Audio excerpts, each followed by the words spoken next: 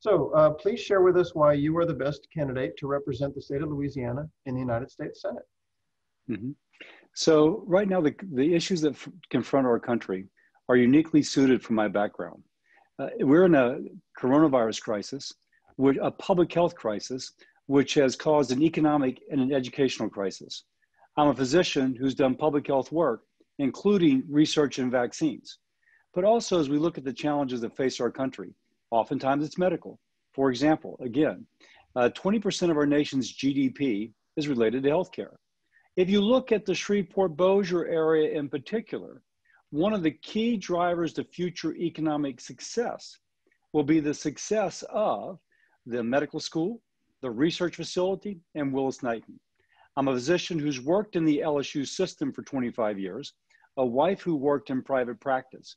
I bring that perspective both in terms of how do we increase the amount of research dollars flowing into Shreveport, Bossier, and across the state, but also how do we support our institutions. But there's another element to that. We also have to realize we need to support families as they pay their medical bills. As a physician who's been in the middle of it, I know where we can save costs. I've worked to save those costs. How do we lower the cost of insurance for that family? Two more things I'd like to say. We also have a problem with the nation's debt and deficit. The most intractable problems relate to healthcare. And if we don't solve the high cost of Medicare billing, the Medicare program will go bankrupt in 4 years. Again, I bring that perspective, and you can look at my body of work and see that I've attempted to lower the cost of prescription drugs, promoting price transparency, promoting other things that will lower the cost of insurance and of healthcare to individuals on Medicare and off Medicare. Last thing to say, you've got a VA hospital in Shreveport. I recently toured it. Right afterwards, found out I was diagnosed with coronavirus, so I hope I didn't infect anybody. But the point being, I've done a heck of a lot of work with the Veterans Administration. Actually, was on an extended call today. How can we improve the efficiency, the effectiveness of the service that we give to veterans? And by the way, how can we help veterans in other ways? Shreveport is a kind of a center because of that hospital for veterans who retire. One example of something I did. We have emergency medical technicians in the service trained as EMTs that could not be licensed as EMTs when they return to the States. I've changed that, introducing legislation that allows someone who is trained as an EMT fighting in a war in Iraq to come back to I-20 corridor and take care of car wrecks. They are certainly capable of doing so, but it also helps the veteran, giving that veteran a meaningful livelihood that as they transition back to the private sector, helps support them in that regard. So I think my background, if we only focus on healthcare and on veterans, is uniquely situated to help Northwest Louisiana, our entire state and our nation. There's other things I can speak to, but I'll stop there. So question 2, please summarize for us your top 3 priorities and how you can affect change in those areas. Well, again, as a physician, I'm very concerned about the high cost of healthcare. That's a major contributor to bankruptcy in our nation. But I've already spoken to that, and so I will kind of put that to the side. Secondly, we've got to develop an economy which creates jobs for the average American. Those Americans who, by the way, have PhDs in solar engineering, they've done pretty well over time. It is the American who maybe didn't finish college, but is a good person, sends his or her kids off to school, and plans for the grandchildren's future. We need to support them. If you look at folks like that, traditionally they've been employed in mining, think oil and gas, construction, and manufacturing. Now, among the policies that I've supported, that President Trump has also promoted, is how do we get manufacturing to return to the United States of America? Well, we do that by lowering the cost of things like energy. So as we have more natural gas produced and we lower the cost of energy, companies will reshore from overseas because they want our lower cost energy. Now, as we do that, we also create jobs in the mining industry. We have more people employed developing our natural gas resources as one example. And as you do that, we've seen a boom in construction as pipelines are built to take gas out of the Haynesville Shale, for example. down to Calcasieu and Cameron Parish to LNG export plants that then ship around the world. So as we promote one, we promote the other. The mining, the manufacturing, the construction that helps create a prosperous society for all Americans. That's my goal. That's part of how we achieve it. So that would be my second priority. The third thing is we are in a global competition now with China. Partly it's economic, partly it's military.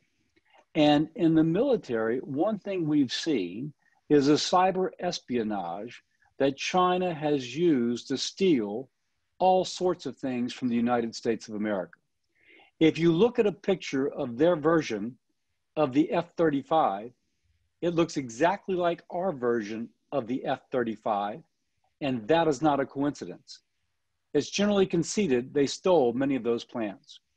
We have got to invest in cybersecurity in our country. That's one reason why I've supported both Barksdale and the cyber initiatives in Northwest Louisiana, which I particularly admire because they're starting children, so I'm told, in elementary and secondary school in cyber education. They put it in the technical colleges, and now they put it in the technical colleges, and of course have continued to encourage it at the local universities as well as at LSU, ULL, ULM, et cetera. That is important. It is important both for our economy. We know going forward that increasingly we will be cyber oriented. It's important for our national security because, as I mentioned, our chief geopolitical rival is China, but right after that would be Russia. And both are using cyber attacks and cyber espionage to infiltrate our country electronically, undermine our democracy, and attempt to steal our intellectual property. So my third priority would be to increase the security of our nation in a coming cyber world. But as we do that, create the job opportunities for people in Louisiana so that they can partake of that and help diversify our economy. What are the biggest threats to our regional economy, and what role do you believe Congress has in helping us respond to those threats? Yeah, so the biggest threat to our regional economy is that we don't get stuck in the past. We can see that the prosperity that was once in Louisiana is not quite there. And we can see our children moving to other states, which have become more diversified. So what do? We need to see where the economy is going, take our strengths and feed into that. Part of that is going to be, as I mentioned earlier, biomedical engineering. As the population ages, we're going to need more to help keep people healthier as they age. Excuse me. So that's why an investment in the medical center, as one example, is critical. That will not only help diversify the economy, but it'll provide some of the solutions. By the way, I actually think this is an incredible strength of Louisiana. If you think about a state, which unfortunately ranks low, in fact, dead last, or either us or Mississippi, in the incidence of obesity, diabetes, hypertension, and some forms of cancer, it's all terrible. But if you want to do clinical research, where do you go? You go where you have those problems.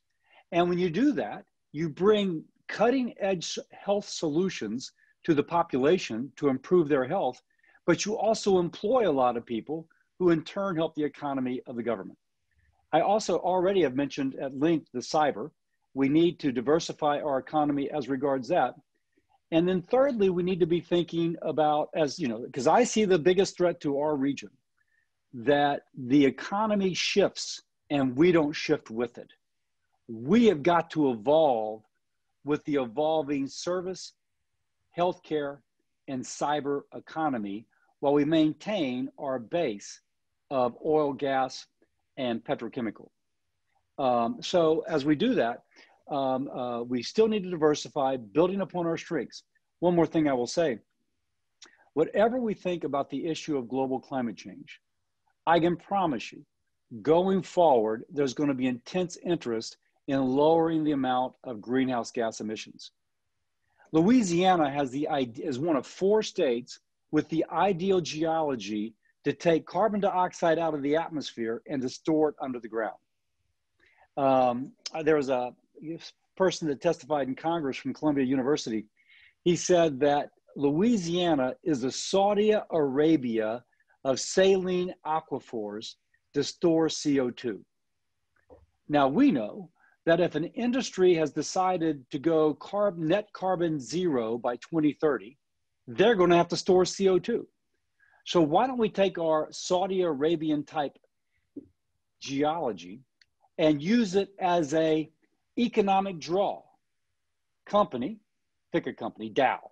Dow, if you want to lower your CO2 emissions by 2030 to net zero, and you know you have to store carbon beneath the ground, come to the best place to store it, and we will store it for you.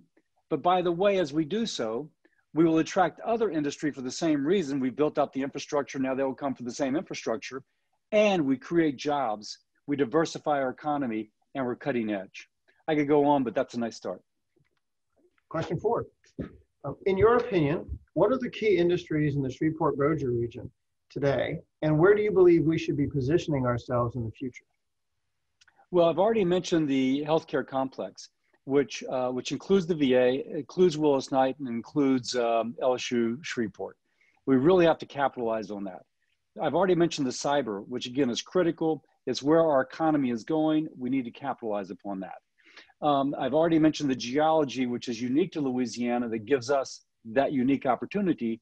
And by the way, which I will be sponsoring a statewide conference on how to take advantage of tax credits that will feed into that.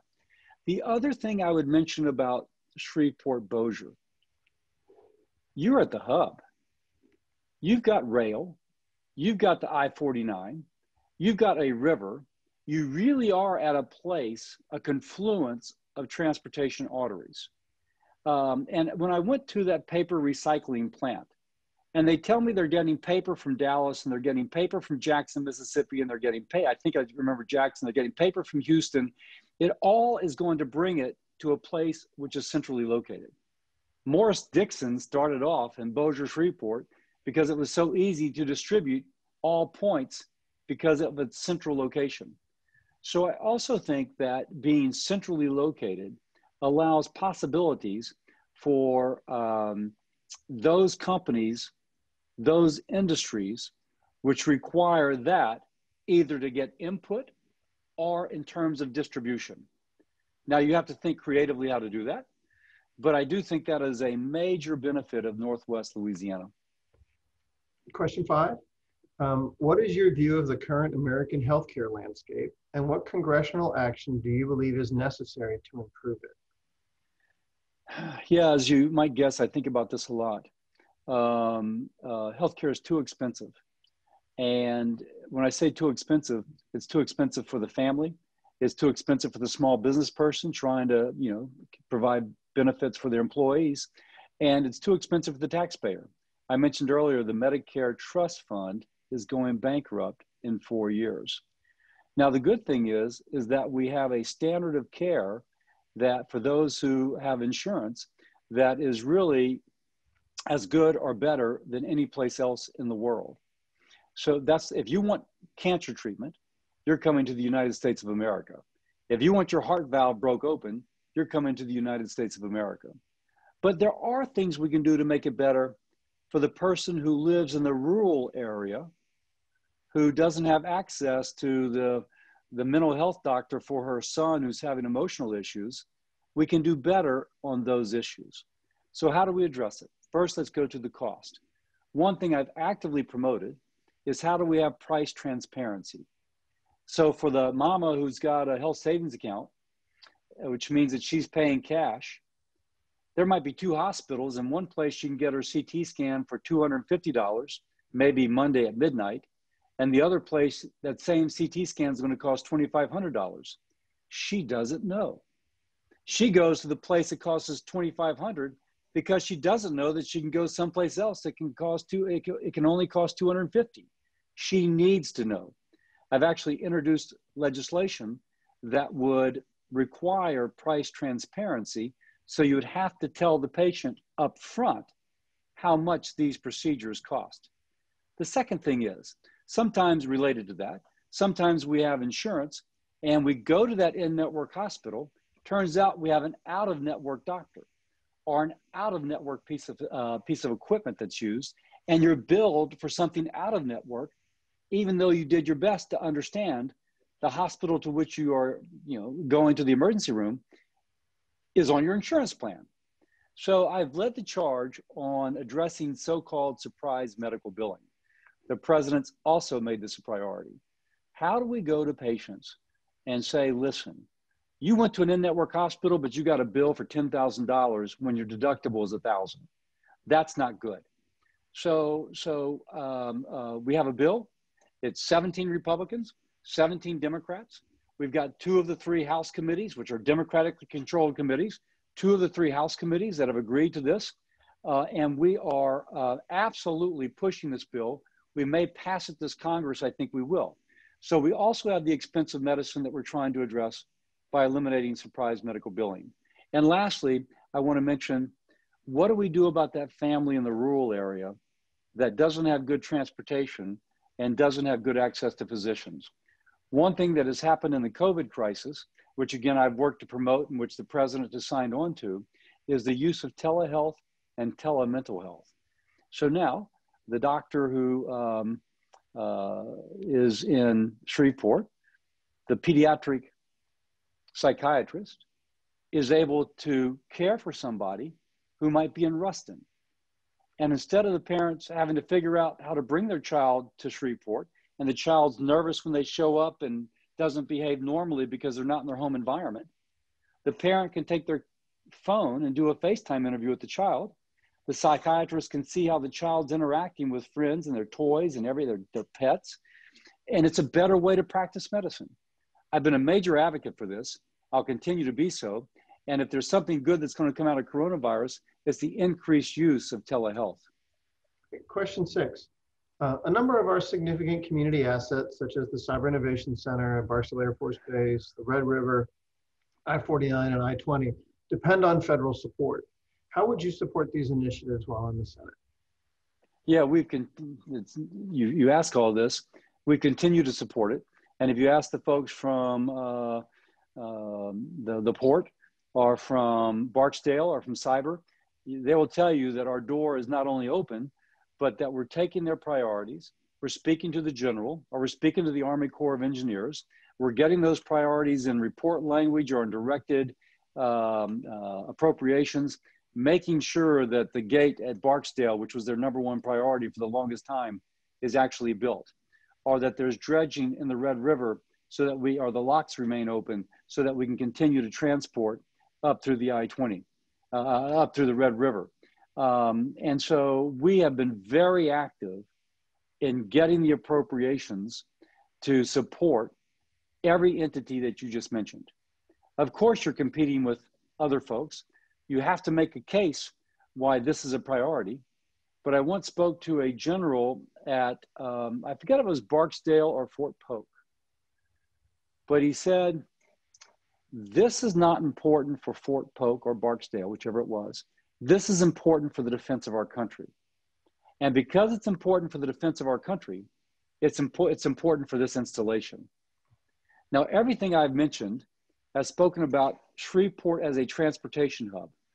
That includes the Red River. Shreveport, or excuse me, our existential threat from China as regards cyber espionage. That's your Cyber Innovation Center. The ability to defend ourselves militarily, that is going to be Barksdale and part of the broader Bossier-Shreveport community to include Fort Polk. And so we have supported all those however we could, but I'll specifically mention the appropriations process as folks who are involved in all those entities would attest to. And question 7. So our area has an abundance of oil and gas resources. At the same time, renewable energy development is expanding across the globe.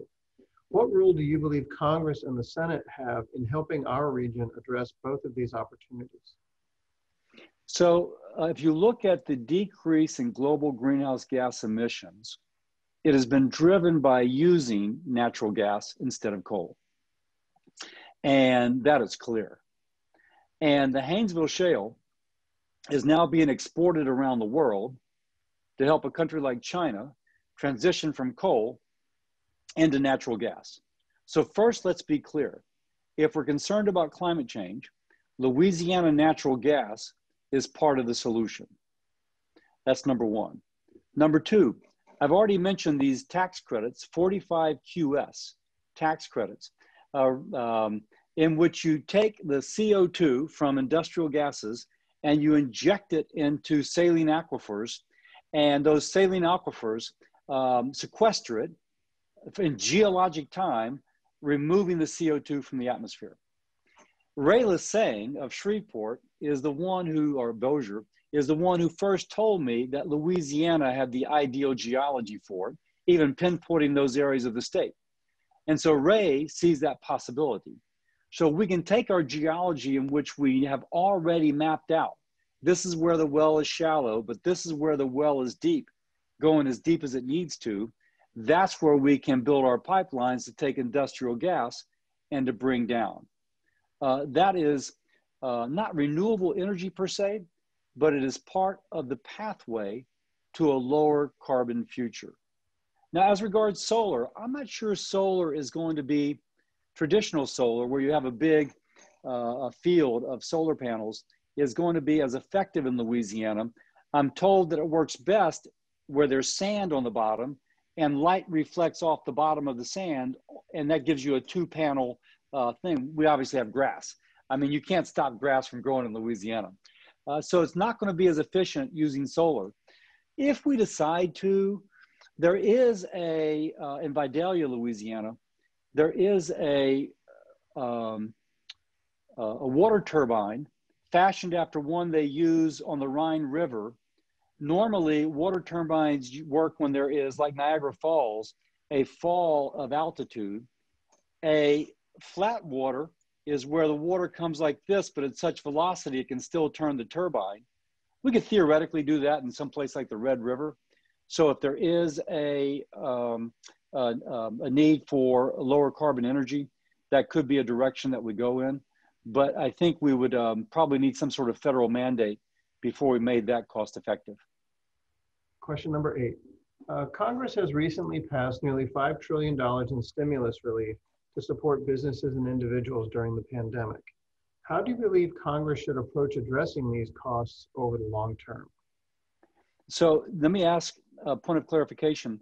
I suppose you mean the cost to the federal taxpayer providing the relief, not the cost to the individual, to the business, correct? That's correct. So a couple things about that. First, 3 things I want to say. 3 things, not 4, 3 things. First is that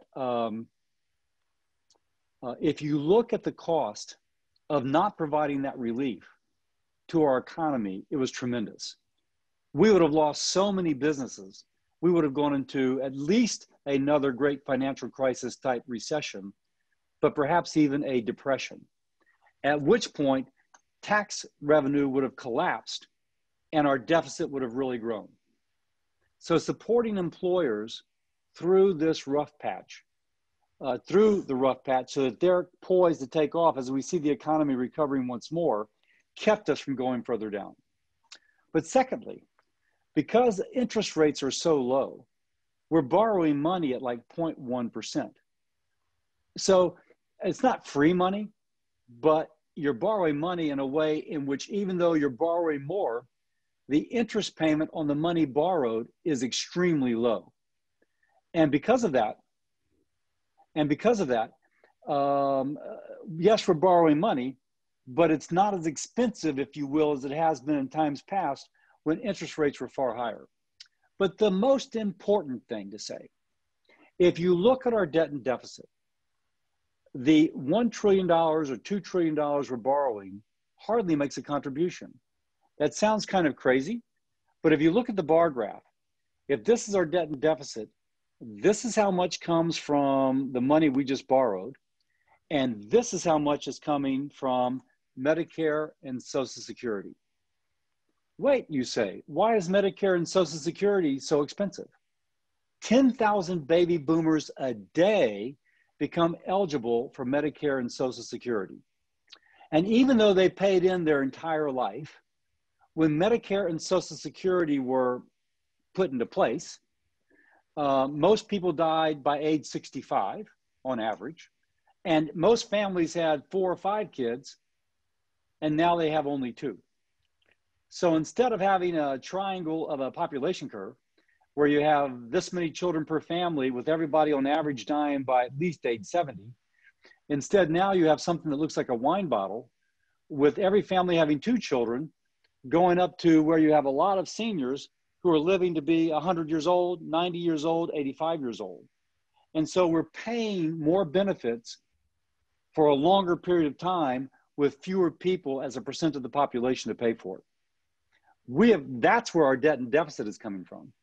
So I am actively working to, with both Republicans and Democrats, how can we strengthen Social Security and Medicare, preserve it for those who are on it, and make sure it's there for those who need to be, at the same time addressing the debt and deficit issue.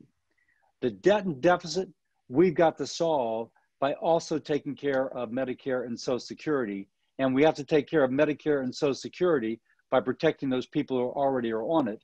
There's a way to do that. And if you want to ask me another question, I can go into those answers too. Okay.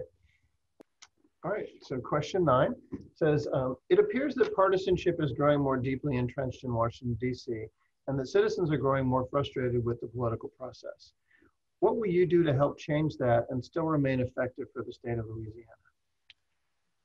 So I tell folks I'm 63 years old. I didn't run for the Senate to say I was a senator. I ran for the Senate to do something good for my country, to do something good for my state, and to do something good for those folks who gave me the honor of representing them as their senator. To do that, you've got to get things done. I've worked hard to get things done, which means that you've got to work with the other party. One example I mentioned earlier is the surprise medical billing legislation, which we've worked on. We have 17 Republican senators and 17 Democratic senators, and we have Democrats and Republicans on the House side who are also helping us. I've worked on bipartisan legislation to help a family with a new child. How can you support them in that first year of life, which is the child's most expensive year of life? Working with Senator Kyrsten Sinema, a Democrat from Arizona. And we have a bipartisan coalition in the House of Representatives. Ivanka Trump has thoroughly endorsed, come out wholeheartedly for what we're doing. Again, it has to be bipartisan or else it won't happen. And by the way, this is the only bipartisan bill out there that would support that family in the first year of their life. I just passed, as an amendment to a bigger bill, something to address veteran suicide. Again, a bipartisan bill with a bipartisan amendment that's going to address veteran suicide. There's some bills I know that a Democrat won't support, but I think it's important to put out there, and I put it out there. There's some bills that I think are so important for the country, like my Graham Cassidy bill or my Cassidy Collins bill, to try and improve the healthcare system, that Democrats chose to attack. On the other hand, most times when we start off, I say to my team, how do we get this passed? What Democrats do we think we can work with? Go out and find them on the front end, because if we work with them on the front end, they're more likely to be with us when we actually introduce the legislation. And among all the senators, I vote with the president about 95% of the time. When he doesn't, I will oppose things that he doesn't want to vote for, he doesn't want to sign, but he has to sign them. A spending bill, for example. So I support the president 95% of the time, and yet I'm rated as one of the senators who works best with the other side. And I do that by looking for opportunities to collaborate. Ivanka Trump loves my bipartisan bill to help parents take care of their children in the first year of life. If I can get Ivanka Trump and Democrats on the same page, I've done my job. I increase my chance of getting a bill passed. That's just the way I work. That's the way I'm going to keep on working. Question 10. The year 2020 has been a challenging one for our nation, with unprecedented levels of healthcare risk, economic disruption, and social unrest. What is your perspective on these issues, and what role do you believe Congress should play in addressing I smile because if LSU hadn't won the national championship, I'm not sure that 2020 would have any redeeming factor. In which case, if you're from the state of Alabama, you really hate 2020. It's been a tough year. I mean, it's been a tough year. Our country, though, is resilient. Now, it's not resilient because Congress has all the answers. It's resilient because the American people are so great. And Congress, if you will, in our federal system of government, the president, the Congress, the governors, the state legislatures, and the people are the one who have that resiliency. When I see people walking around, getting their exercise in the morning, they know they need to, they have to have their mental health, they go around and walk. That is the individual making the right decision for herself or for himself. I just try and support that. What can Congress do? It can first try and address this public health crisis by making all the money available for testing so that as much as possible, we can control this epidemic and people can get their lives back together. We can put the money out there for the better treatments and for the research on vaccines so that if you do get sick, like Dr. Ghali did at the LSU Shreveport facility, getting state-of-the-art treatment, and now he's given a speech in front of the Republican National Convention. You get the treatments and hopefully the vaccine out there to get us out of this, to support the employer so the employer can stay in business, as we mentioned earlier. So when we're through with the rough patch, the employer in the private sector is ready to keep on employing people and moving forward. And then to support those families, however we can support their families. Because we know financial difficulties can be very stressful on a marriage and very stressful on an individual's emotional health. So we also want to support the family in their financial circumstances, whether it was the unemployment insurance subsidy or whether it was the stimulus checks or something else that will support the family. And then lastly, let me bring this all the way back around. We know the public health crisis has caused an economic crisis, but sometimes when people are in the economic crisis, their mental health suffers. I've been passionate about addressing mental health since I've been in the Congress. One bill I passed in 2016 was the Mental Health Reform Act of 2016. Then it was called the most profound reform of the mental health laws in 30 years. I've continued to build on that, supporting our frontline nurses and doctors as they take care of people in the coronavirus crisis to help them with their mental health issues, to make more money available for tele-mental health. So those people who feel isolated are able to receive the support they need so that as we come out of this economic crisis, mental health issues are also addressed and we don't end up having a spike in suicides, but rather we also keep that down when we finally come out the other side. And this is the last question, and we'll include your final remarks. So is there anything else that you would like to tell us about yourself that we haven't covered? The greatness of our country is the greatness of the American people. I am so honored to be selected by the great people of Louisiana to represent the people of Louisiana. And my commitment, I don't know if I'll ever achieve this, but my commitment to those folks who put, whether or not you vote for me or not, my commitment is to work as hard as I possibly can for as long as I'm in the office to respect the honor you give me to represent you, the greatness of the American people. A quote was once said by another, "There's nothing wrong with the United States of America, that which is good about the United States of America cannot address." I firmly believe that. I so believe that. And what I attempt to do when I speak to my fellow Louisianian is to take their knowledge and wisdom and to funnel it into the legislation, the debate, the floor of the United States Senate, to take our collective wisdom and use it so that that which is good about our country can solve the problems of our country. If I've got a skill that I've picked up as a doctor for 25 years in the charity hospital system, it's listening to people who may not look like me, who may not think like me, but they're my patient, and I have to listen. And when I listen, I learn. And when I learn, we can work together to find a solution to a problem that seemed like it didn't have a solution, and now you have one, and then you can go forward. I think for our country right now, which is so terribly divided and which has all these conflicts, if we can listen to each other a little bit more, including me, by the way, and try and take our collective wisdom and funnel it down to that which is good about us all, then we're going to solve the problems that are addressing us all. Particularly true for Louisiana. We've got our young people leaving our state.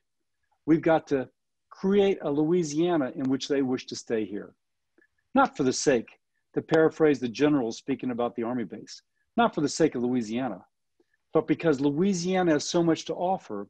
And if we achieve our potential, the folks here are more prosperous. Therefore, our state is more prosperous. Our country is more prosperous. The world is more prosperous. It is my goal to work with the people of Louisiana to achieve that goal. And as long as I'm in the office, I'm going to do that.